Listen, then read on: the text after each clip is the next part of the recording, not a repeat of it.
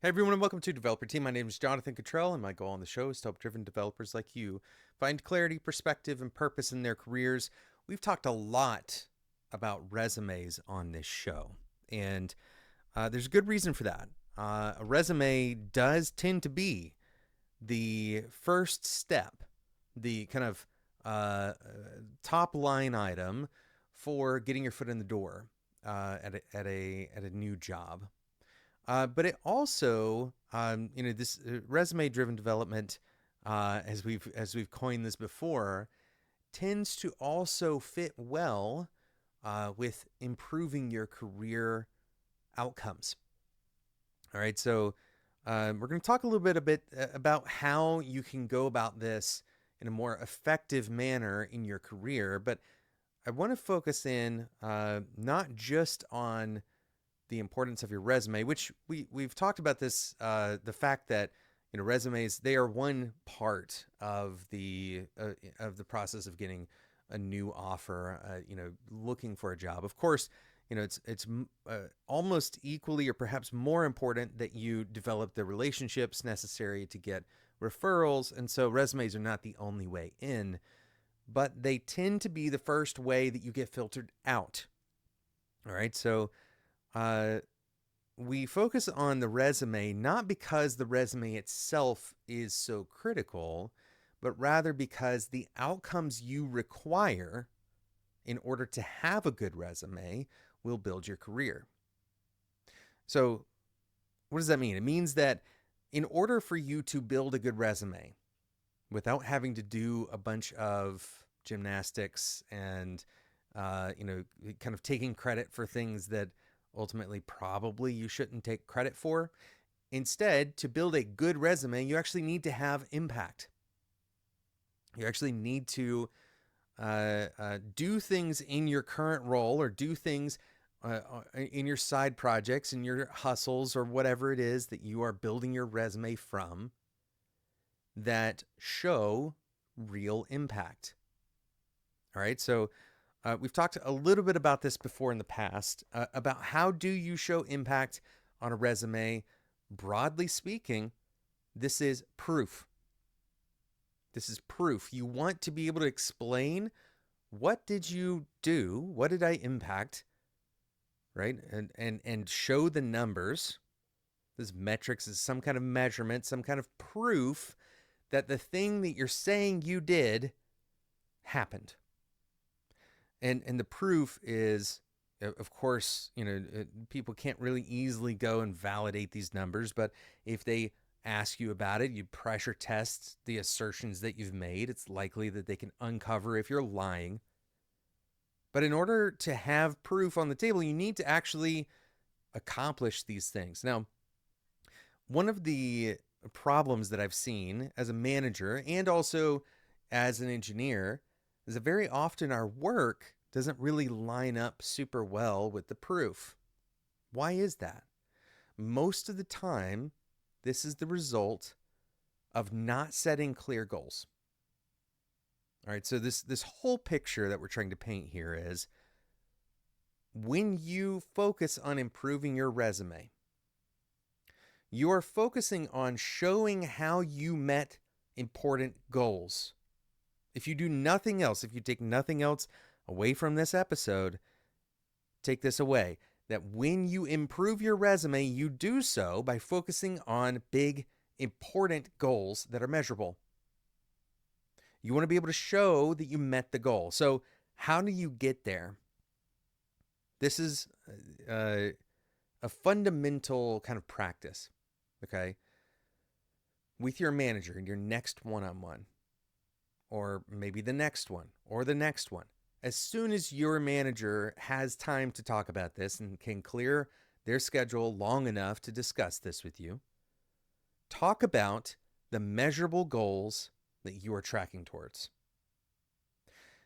Now, most of you are probably going to have this discussion, and the goal that your manager is going to give you initially is to deliver X project by Y date.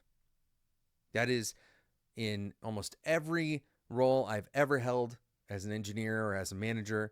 That was the way that the company kind of sets goals: deliver some project scope by some project date.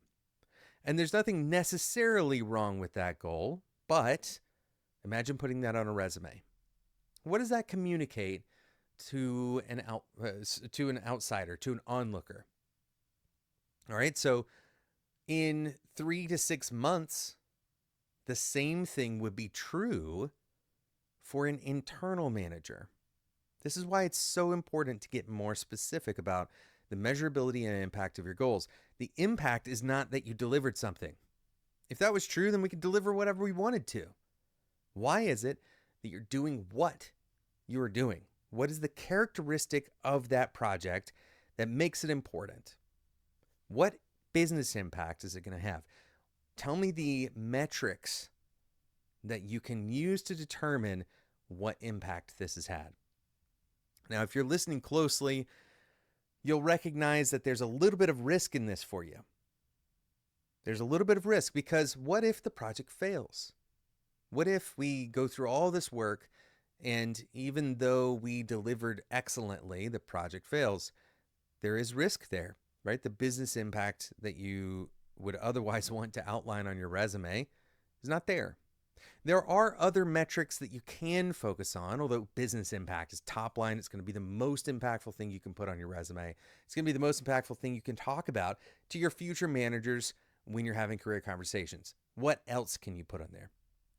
Well, if you needed to cut scope, if you have to find a clever solution, a clever technical solution, if you, if you need to reduce, if you're a manager and you want to focus on reducing cycle time for your teams, if you want to focus on, internal culture, these are all things that you can derive goals around. So this connection here is, it's kind of the total system that we're talking about here is, in order to have a thriving career, which we're proxying to a good resume, but truthfully, this is really about having a thriving career. In order to walk into the room and put something on the table that says, here is the value I'm capable of generating in this role, right? In a role. In order to have that, it's critical, it's necessary to be able to measure your impact, the work that you're doing. The most likely way you can measure impact on the work that you're doing is to set goals and then track towards them. The most likely way you're going to set goals and track towards them is by having a critical conversation with your manager as soon as possible about those goals. If your manager is not able to set those goals, if they can only tell you that the only goal they have is to deliver the project, track that goal, but also propose your own. There's nothing to stop you from doing that. In fact, most managers, myself included, if a report comes to me and they say, I have a goal for myself, I have a goal that I think is important, that I think is going to advance my career, this is going to it will probably impress your manager to begin with, but it's also going to kickstart that conversation where the manager may not have all of the domain knowledge even that you have as an IC on a project, right? If you have that knowledge, you bring it to the table, you say, here's the goal that I'm tracking towards.